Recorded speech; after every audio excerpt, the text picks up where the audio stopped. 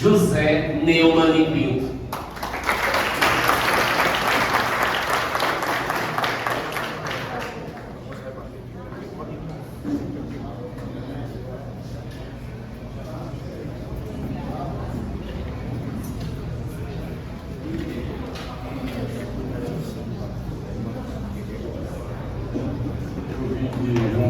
Para cá, um torneio para ver quem é que mentia mais. O VNU, Alexandre Branquefel ou eu. Aí eu me lembro, depois que eu vi essa explanação brilhante do Manuel Marcos comigo, já tem na mão a biografia. Marcos, eu desafio para você. Você tem na mão a biografia do Fulvio. Vê se faz, né? Bom, eu vou dar uma missão aqui para o VNU. Eu fui lançar um livro em João Pessoa no momento que havia um grande conflito entre o governador e o prefeito. O governador era o Tarcísio Miranda Buriti e o prefeito era o Wilson Braga. Eu lancei o livro numa livraria, não me lembro o nome da livraria, era uma livraria perto do cinema, ali naquela rua que sai na Praça do Bispo. Aí, pouco antes do lançamento, fui procurado pelo colega, poeta, Manuel José de Lima, Manuel Cachatá. E o Manuel Cachatá costumava falar em todos os lançamentos em João Pessoa. E havia aquele conflito terrível entre o governador e o prefeito, e os dois foram ao lançamento, os dois entraram na fila e os dois discursaram. Então eu disse para o Manuel Cachatá, eu disse, olha, vamos falar, o prefeito, Wilson Braga, o governador, Tarcísio de Miranda Buriti, aí quando eu concluí o meu discurso, você fala. Aí eu estou discursando, esse costume sempre falar muito, de repente eu ouço aquela voz, mano. E para concluir, está a cargo agora, velho,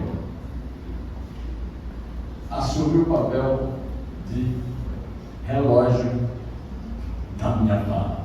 Então, o Benito pode procurar isso o mais breve possível, mas na hora que eu estiver exagerando, na hora que você disser, se eu estivesse falando aí, eu não estava mais falando, tinha acabado. Você, e para concluir.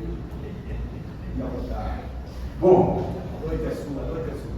A última vez que eu vim a São João do Rio do Peixe, São João do Rio do Peixe fazer aqui uma palestra, e eu criei uma confusão danada, porque na porta da palestra fizeram saudamos o grande São Joanense José Leão Oliveira. Isso deu um bode lá em Viraúna que quase me mata. Mas não deu em Viraúna. A verdade é que eu nasci em Viraúna. Viraúna era um distrito de São João, que era anterior a lá. E então criou-se essa confusão que quase me dá em morte. Quase que eu fui ameaçado de morte.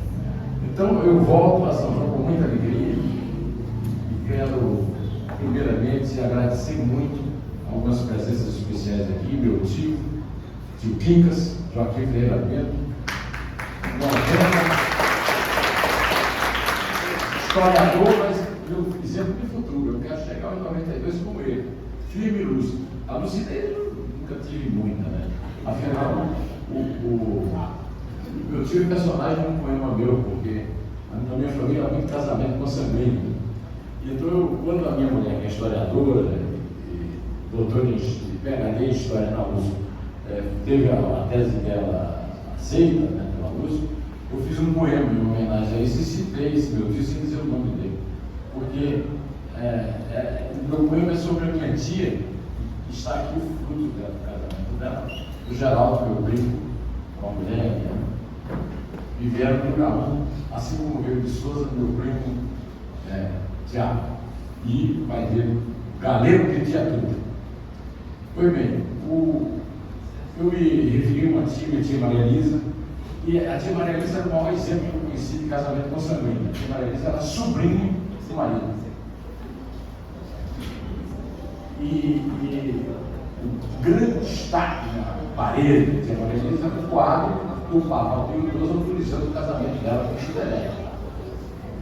O tio Dedé era irmão da minha avó materna, que é Moreira Bento, E tia Maria Lisa, irmã do meu pai, filha de meu avô João Evangelista Moreira. Portanto, eu sou fruto de um casamento de altíssima consanguinidade. E sempre que uma pessoa se aproxima de mim e diz assim: mas lá não tem nenhum doido, não. Eu falei: não, tem 7 doidos. Sim, aliás, porque nem morrer. Agora, tem uns doidos profissionais e tem os doidos que trabalham para sustentar os profissionais. No caso, eu sou o primogênito, então eu sou o doido que trabalha para sustentar. Mas eu perdi minha mãe exatamente na idade que o tio Quincas chegou agora, 92 anos. Minha mãe teve 10 anos de Alzheimer e considero que Deus, às vezes, tem uns desígnios assim, muito irônicos. A minha mãe é a responsável da minha vida, pelo meu amor à língua portuguesa e à poesia.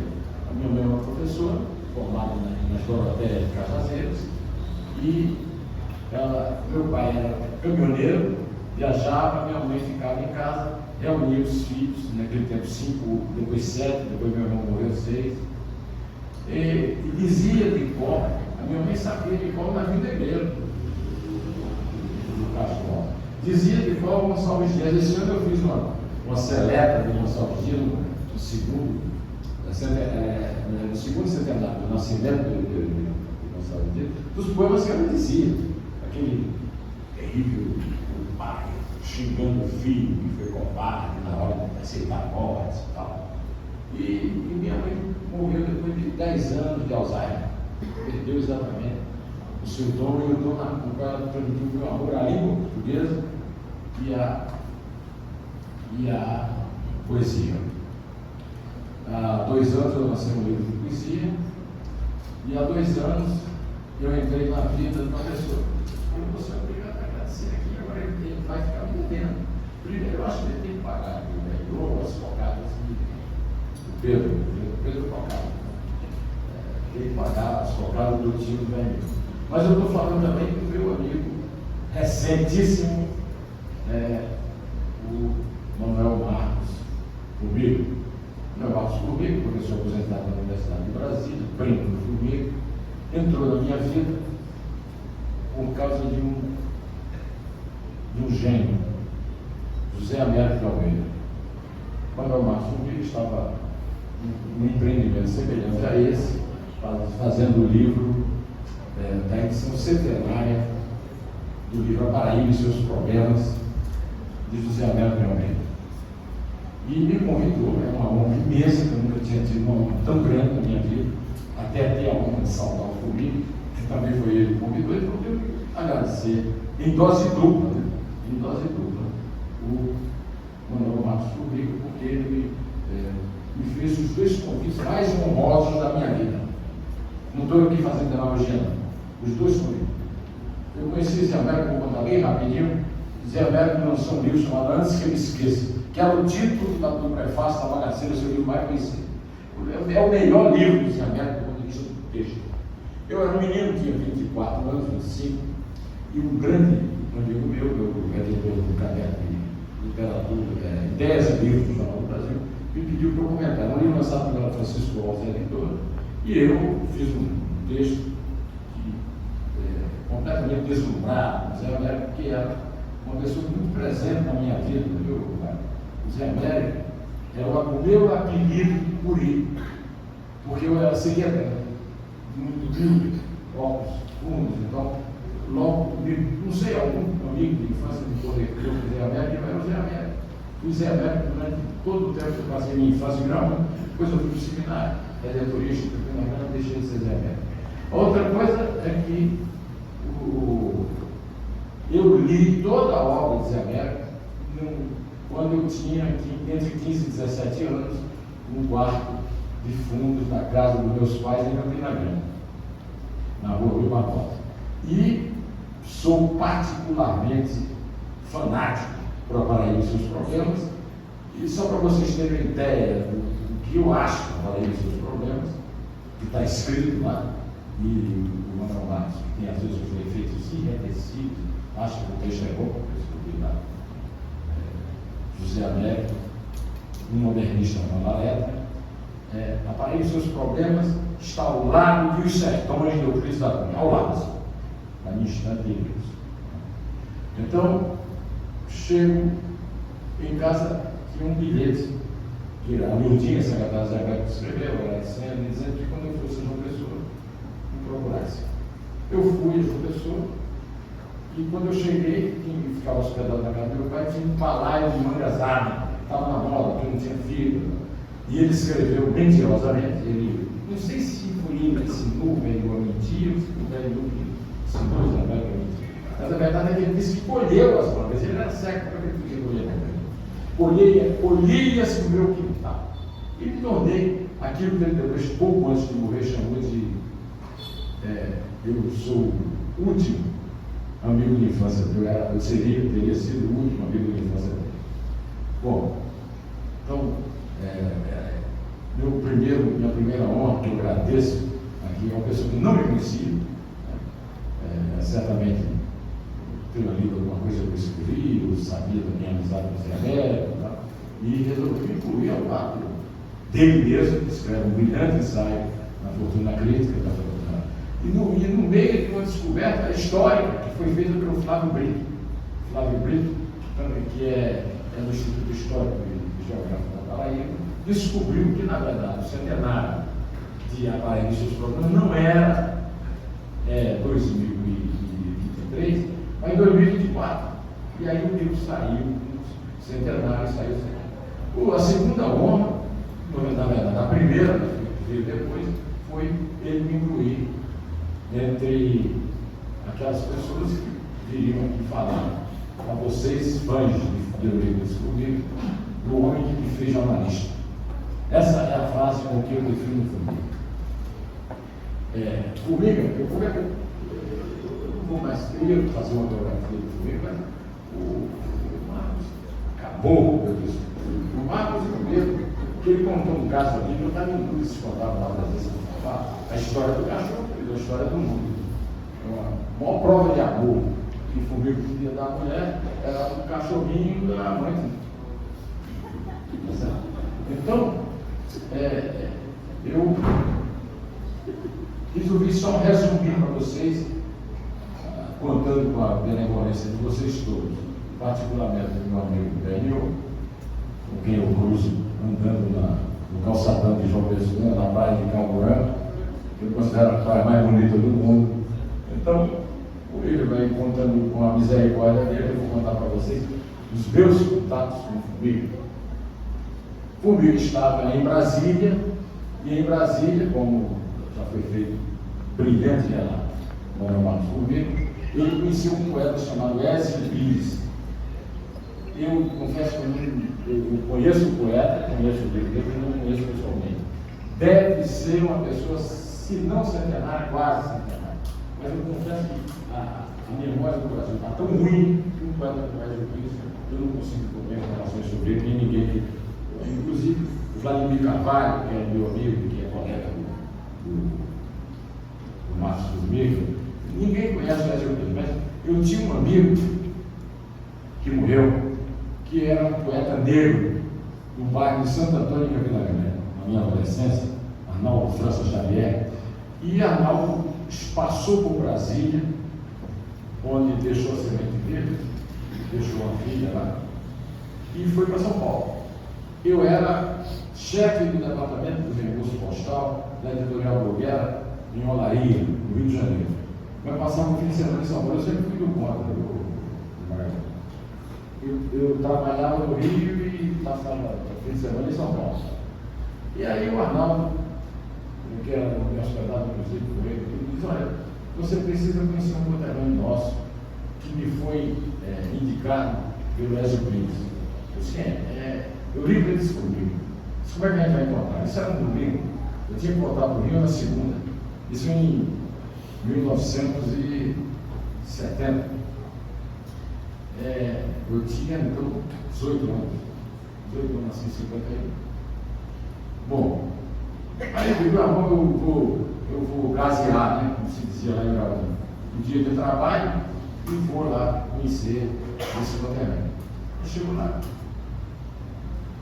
O primeiro impacto que eu tive quando vi o livro, era esse aqui, foi me lembrar de um dos meus atores favoritos, Gregory Peck. Lembra? Se Deborah Keck, Gregory Peck, né? Gregory Peck, do meu filme favorito, né, que era um filme baseado no romance de João Petrucci aí, Catopara. A segunda foi um impacto. Foi a pessoa com voz mais grave que eu conheci na minha vida. Aí ele olha assim para mim, no birô dele, na Praça da República, esquina da rua Gaúcha. Ele disse: você, não consigo imitar, não. Eu imito bem o Lula, porque eu mal roubo. O bom roubo, eu não consigo imitar, mas eu vou tentar. Só uma pergunta aqui. Você quer o quê, ô garoto? Aí ele trouxe comigo, eu quero ser jornalista. Ele perguntou: e de onde eu não vou mais imitar, nós não consigo fazer o resto do discurso. Eu disse: mas olha, você quer ser jornalista? Você é da onde? Eu falei: sou nordestino. Da onde? Sou nordestino, sou paraibano. Da onde? Sou sertanejo. Da onde? Aí falou uma palavra para eu mostrar lá. Eu sou de Viraúna. Aí ele disse: Eu morava em Antenor, na Barra, na casa vizinha minha, com uma família de Viraúna, que era chefiada por um garoto adolescente que tocava pistão, mas enchia o saco tocando pistão o dia inteiro. Era meu pai.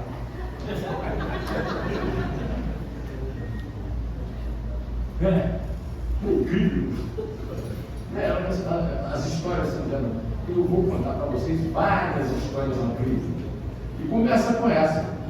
Meu pai, José Mexeta Pinto, era irmão da minha tia Florence. Meu avô teve 3 casamentos. Primeiro casamento, vários filhos. Segundo casamento, ele era o padrasto do bispo de Cajazeiro, irmão da Carinha de Figura. Terceiro casamento, meu pai, filho único. Uma das tias minhas, o primeiro casamento do meu avô, João Evangelista Moreira Pinto, era casada com meu tio José Bastos. Meu tio José Bastos devia um dinheiro a um cearense rico e poderoso e não estava demorando a pagar, trabalhava numa loja de tecidos. Tal. O cara foi na loja e disse: olha, eu vim receber. Ele disse: ainda hoje eu consigo, garanto. O cara disse: não, você é um velhaco. Ele falou: o velhaco pegou o revólver no balcão, deu um tiro na testa do credor, e o cara caiu morto na frente dele e foi preso. Meu avô é um chefe político importante. Mas para vocês ficarem sabendo como o Brasil piorou, como a política ficou ruim, o meu avô, com todo o poder que ele tinha, a única coisa que ele conseguiu foi manter o genro na prisão em Antenor. Porque se transferir para a caminhada da a família mandaria lá. Então ele ficou. E aí aconteceu uma aventura. O meu tio mais velho, o Zé Pinto, veio visitar a mãe e disse: você precisa conhecer o Zé Bastos, porque o Zé Bastos vai fazer uma loucura. O Zé Bastos, o Estado estava uma pandemia e o Zé Bastos resolveu comprar o prédio do Estado, pôs o prédio da cadeia à venda. E aí eu resolvi comprar a cadeia. Bom, a minha tia disse: isso é uma loucura, o cara está preso a comprar a cadeia. Aí o meu tio foi lá com ele e disse assim: todo cidadão tem direito a morar em casa. Foi bem, esse é o contato com o família. Aí o família disse: você quer mesmo ser jornalista? Eu falei: quero. Então, passei mais um dia no Rio, amanhã eu vou levar você na Folha de São Paulo. Você vai conhecer um querido amigo meu, vai entregar você lá na hora. Falei: tudo bem. No dia seguinte ele me levou na Folha de São Paulo, na Ladeira do Barão de Ribeiro, me levou na sala de Cláudio Abramo, que à época era conhecido como o maior jornalista do Brasil no século XX. Cláudio Abramo é um italiano, autodidata, nobre, irmão daquela atriz Lélia Abramo, irmão do Fulvio Abramo, grande, do Cláudio Abramo, desenhista, grande gravurista. E ele levou para o lado, chegou lá, ele eu deslumbrado com a beleza da secretária do Cláudio, lindíssima, eu tinha 18 anos, e aí ele disse assim, tomou meu nome, Cláudio, você precisa contratar esse menino, ele é um gênio. Perfeito? Quantas palavras você acha que comigo precisou ler escritas por mim fazer isso? Nenhum! Nunca tinha visto um texto meu. De onde ele tirou isso? Por que ele se apaixonou por mim esse ponto? Aí o Cláudio, sabe o que eu falo para ele? Eu disse, ó, garoto, você não sabe o seu problema, pai. É o seguinte, eu sou muito amigo. Nós trabalhamos juntos, porque o Fulmílio escreveu sobre poesia, olha que coisa impressionante. Poesia popular nordestina, cordel e viola, na Folha da Manhã, que virou depois junto com a Folha da Noite, Folha de São Paulo. E o Paulo conheceu o Fulmílio aí, ficaram isso. Se você não for um gênio, você está admitido, e a amizade com o Fulmílio termina. Agora, se você for um gênio, você fica. Não foi necessário também, eu não sou um gênio, eu fiquei. Ou seja, o Fulmílio me inventou. Aí, no dia seguinte, eles fale no centro da redação, procura lá o João Batistadelo, que se apresenta a ele, que eu mandei contratar você. Isso não existe. Se você tiver algum jornalista aqui, pode até me desmentir que isso não existe. Não existe. Nunca existiu, principalmente agora não existe. O cara tem que fazer um curso, tem que trabalhar no jornal pequeno, tem que trabalhar assessoria para depois chegar no jornal. Eu entrei no maior jornal do Brasil, porque eu comigo um desconhecido, isso o Cláudio Abramo que eu arranjei. Quando ele falou isso, eu não imaginei que pudesse ter sido. Pois bem, eu fui colhendo o salário de férias, o Zé Aparecido, que era o substituto, disse, você vai sair, o melhor repórter da redação, Marco Antônio, vai entrevistar o teu menino Cardoso e sobre o Feliz, que era a menina era a assessoria de imprensa do Carlos Alberto Lasco. Eu fui, ele disse, você vai ouvir, não vai falar nada, chega na redação, você escreve o texto. No dia seguinte, saiu dois textos continuaram saindo e eu fiquei ali. Aí talvez eu não tenha ouvido aqui ainda, assim, relatos das coisas impressionantes que eu vi. Uma vez eu estava com ele num bar, num barzinho de confiança. Chega um poeta da Bahia, o poeta recebeu um poema imenso.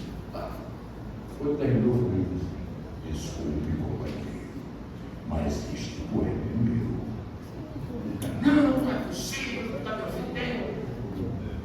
Vou dizer, aí isso foi outro ponto. Aí eu falei, isso porque eu sei lá o que é que aconteceu, o cara ficou doido. Aí ele disse, fique calmo, eu decorei.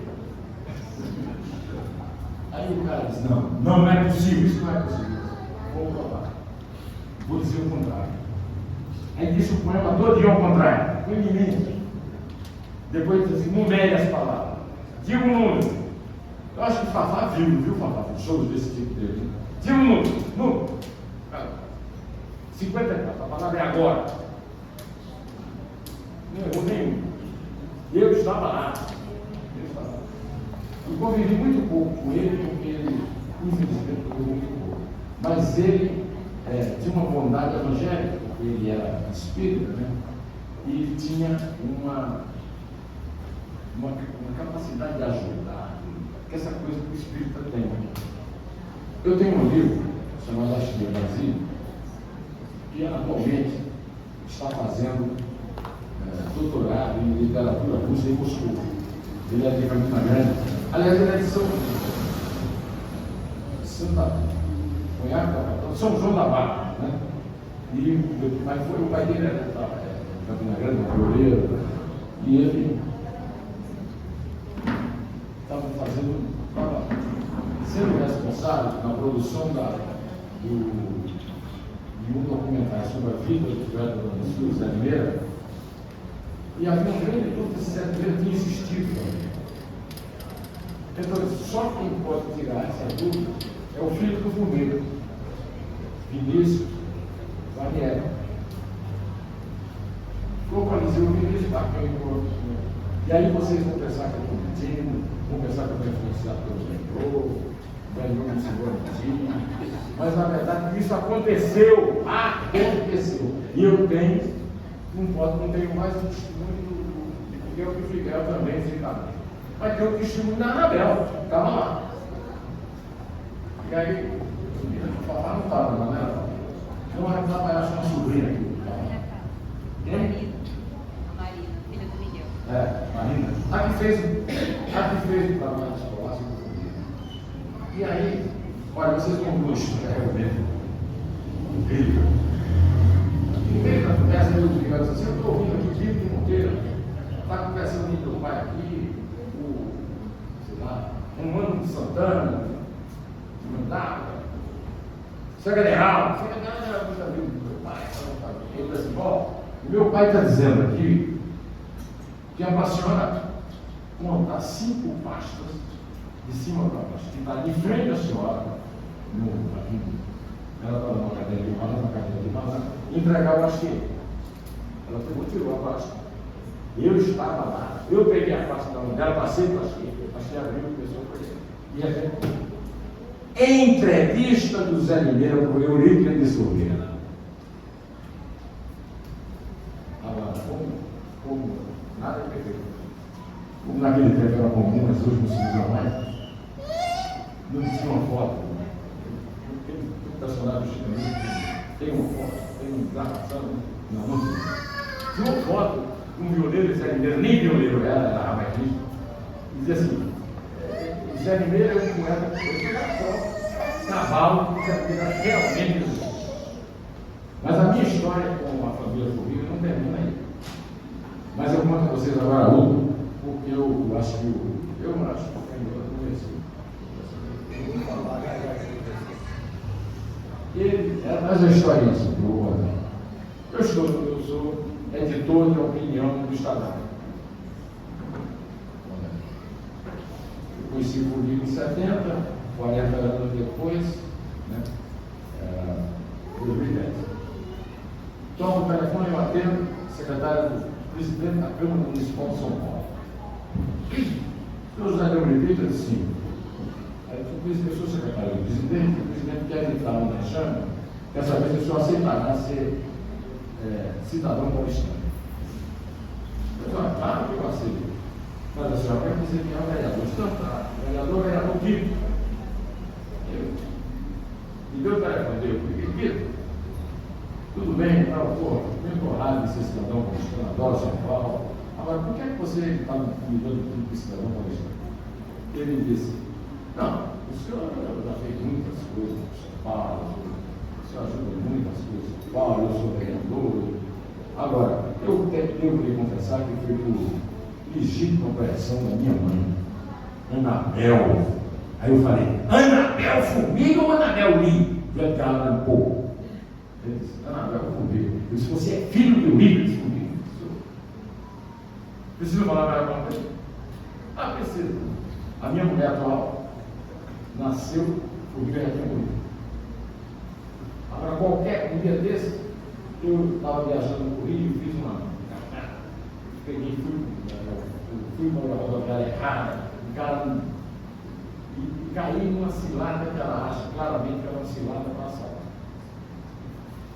E aí aconteceu, o carro quebrou, um rolo danado. E aí, eu me safei.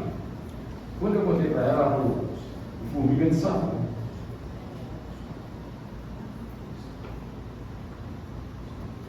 Preciso falar mais? Guarda! Preciso falar mais? Cheguei ao fim. Eu precisava acordar, olha só. Ele ficou acordando, ele me mandar concluir, eu precisei acordar. Muito obrigado. Olha, eu só quero. Eu só quero dizer que, seja honesto ou não, eu amo São João.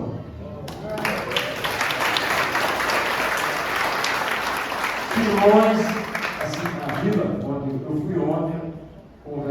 e sempre mais. O Pilões era no meu ouvido, porque o teu tio, irmão mais velho do meu pai, era funcionário de Menores e administrou durante muito tempo os açudes de Mãe d'Água e de Purelas.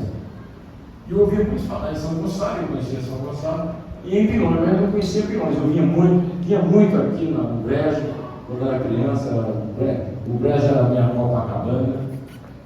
Estou muito triste com o que está acontecendo com o Hotel do Brejo, que devia ser uma relíquia da cultura nacional. E hoje eu tive assim, a honra de tomar um café da manhã sem pão. O desembargador vai processar por isso, porque ele também não comeu pão. Estava comigo no café. Então, eu quero lhes dizer que é uma grande alegria ter conhecido Marcos Silveira, que me levou a revisitar Zé Américo e que me trouxe aqui para São João do Rio do Peixe. Só para terminar, eu vou contar uma coisa que eu já contei para ele.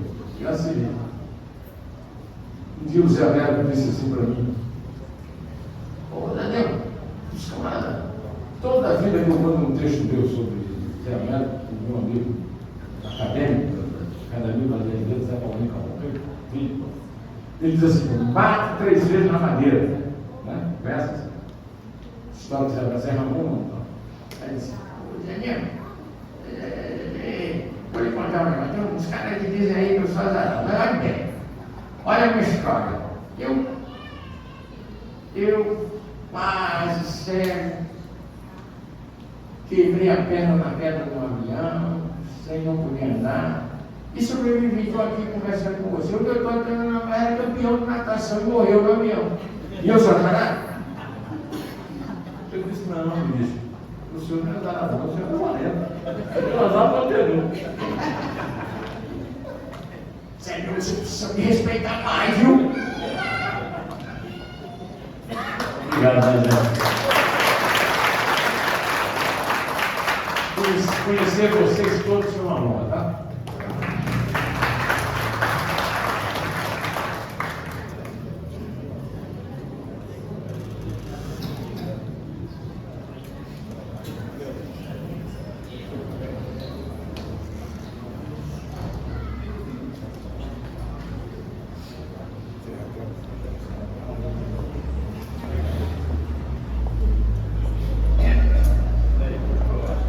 Temos a honra de convidar agora para fazer